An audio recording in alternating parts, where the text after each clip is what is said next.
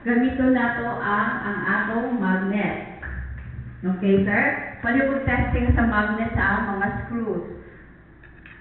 So, nakita nato manipilit ang atong mga screws sa magnet. I-testing nato sa mga bula, sir. Sa una nga bula, sir, nipilit, sir?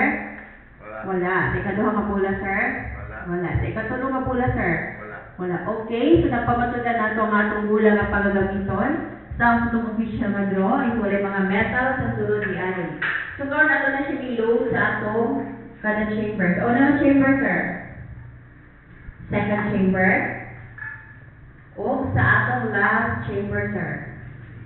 Okay, karon mga kaigsunan, nato ng paghimuon ang atong official draw karong buntaga, alas 11 sa buntag.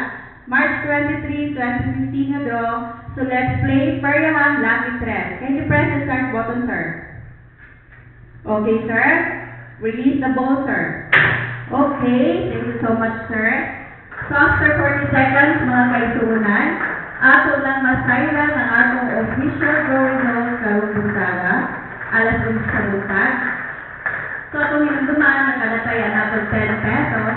Pwede ta makadaog o 5,000 pesos. So doon na tayo mga kiosk na nagkanatin sa Puputo, sa siyudad sa Butuan. Doon na tayo sa Libertad. Doon na po tayo sa Lanihan. So sa tanda, doon na tayo viewing center. Makita na ito ang atong paghahimuon na draw. Masaya na ito. Mangagoy. Okay, sa mangagoy. Sige sir, pakitan out sa atong first digit, sir. First winning digit. Number 2. Number 2. Second winning digit, sir. Number 9. Number 9. Last digit, sir.